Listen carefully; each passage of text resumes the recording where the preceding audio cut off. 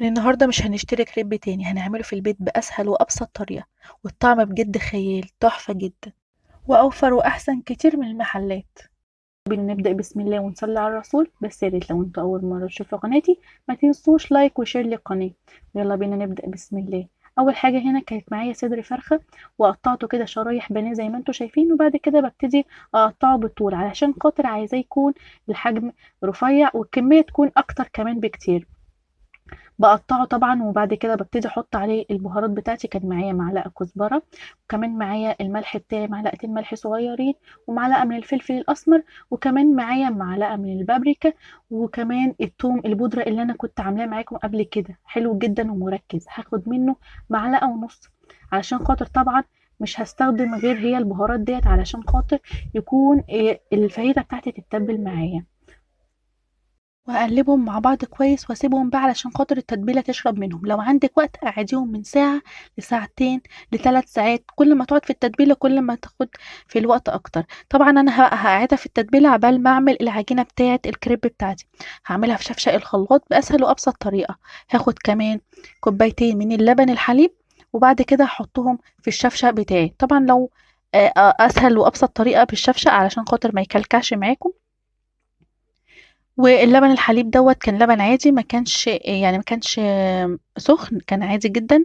وبعد كده باحُط معلقتين أو كوبايتين من المَيّة، وبعد كده هاحُط 2 كوباية برضه من الدقيق، يعني حطيت 4 من السائل. لو مش عندكم لبن أو مش حابين تحطّوا اللبن، ممكن تعملوه بالمَيّة بس، وهاضربه في الخلاط كويس جدًا بعد أمّا حطيت معاه معلقة من الملح، وبابتدي أصفّيه علشان خاطر أشوف لو في أي تكتُّلات والّا حاجة. بس الحمد لله ما كانش في أي تكتُّلات ولا حاجة، بس برضه باصفّيه زيادة اطمئنان. علشان خاطر أتأكد بقى إن العجينة بتاعتي تكون مضبوطة وسليمة، باعمل كده بالكبشة زي ما أنتم شايفين، بيفضل في أثر كده على الكبشة. وكمان لمّا باعمل الخط كده في النُص ما بيجوش على بعض أو بيسيّلوا على بعض، بيكون لسه في فرق كده فيه. باسيبه بقى على جنب هنا علشان خاطر يهدى معايا كده.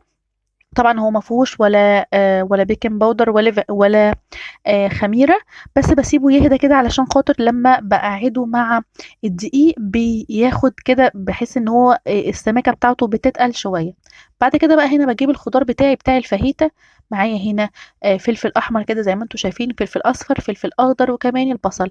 وبابتدي أقطّعهم شرايح كده بالطول وتكون الشرايح رفيّعة. لو حسيتوا إن الشرايح بتكون طويلة أوي، ممكن تقسموها بالنُص. وطبعًا الفلفل هنا بتاعي دوّة كان فيه نسبة يعني كان حراق شوية. لو مش حابين تحطّوا حراق ممكن تستغنوا عنّه، وتحطّوا فلفل كُبّي عادي أخضر.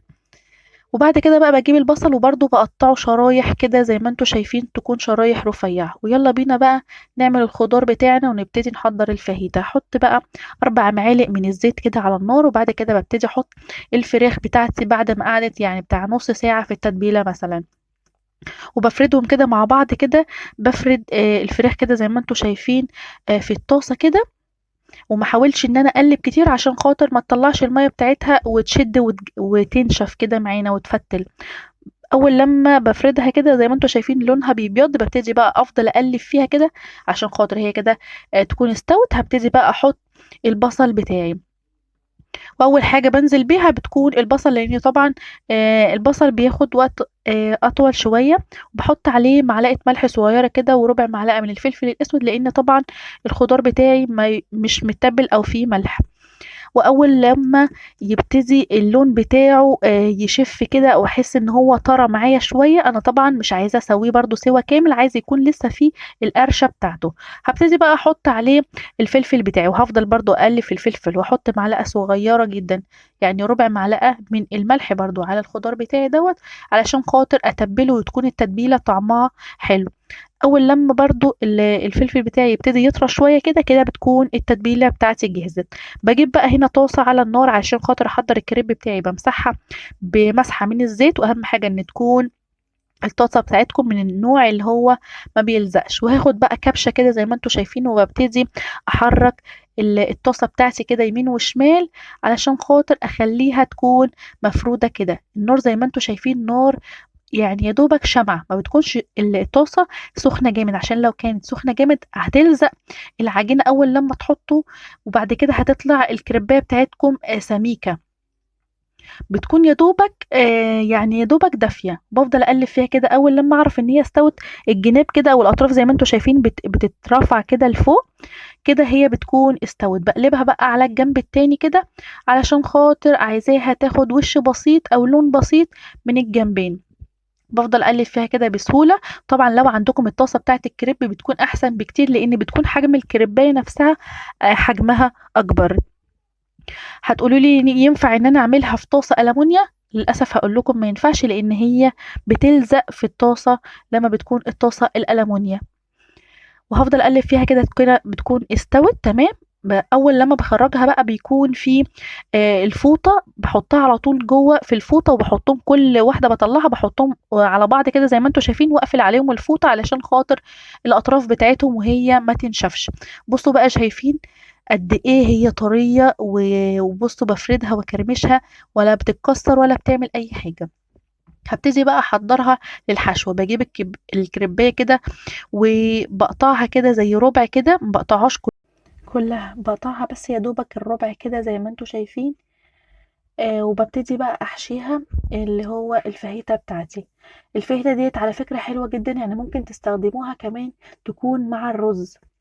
بعد كده هنا الحشو بتاعي كان معايا زيتون، وكمان معايا ميكس جبن كده، جبنة رومي على جبنة موتزاريلا. تقدروا تحطوا أي نوع جبنة بتحبوه، ممكن cheddar، ممكن أي حاجة بتحبوها.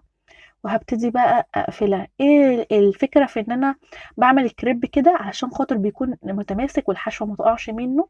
بابتدي أطوي كده الجنب التاني وأمسك الطرف بتاع اللي أنا قطعته دوّة، وبابتدي أعمله كده بالشكل المثلث دوّة. الحشو بيفضل ماسك نفسه كده مهما حركتوه أو مهما مسكتوه، الحشو ما بيقعش منه كده من تحت وبيكون مضبوط حلو جدًا. هاعمل واحدة تانية قدّامكم علشان خاطر تبقوا شايفينها سهلة جدًا وبسيطة. بصوا باقطعها منين، ما اكونش قاطعة الكريباية كلّها، وابتدي بقى أحشي على طرفها كده اللي هو الربع كده بتاع الرغيف أو الربع بتاع الكريباية، وابتدي أحط الحشوة. طبعًا ممكن مش شرط الحشوة دي بس، ممكن تحطوا حشو جبنات بس أو جبنة أو مثلًا بسطرمة، أي بقى حشوة أنتم بتفضّلوها وتحبوها. وبعد كده باحط بقى الجبنة زي ما أنتم شايفين، وبابتدي هاقفل تاني عليها. بُصّوا شايفين القفلة؟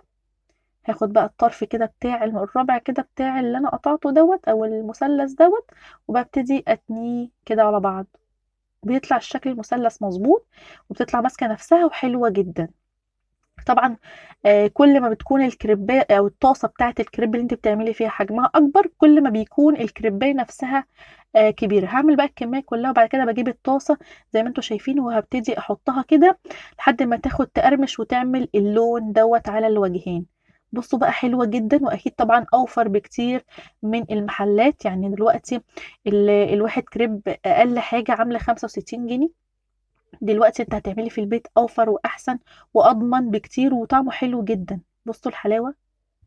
أتمنى تجربوه بجد وتكتبوا لي في التعليقات. ودمتم في رعاية الله، والسلام عليكم ورحمة الله وبركاته.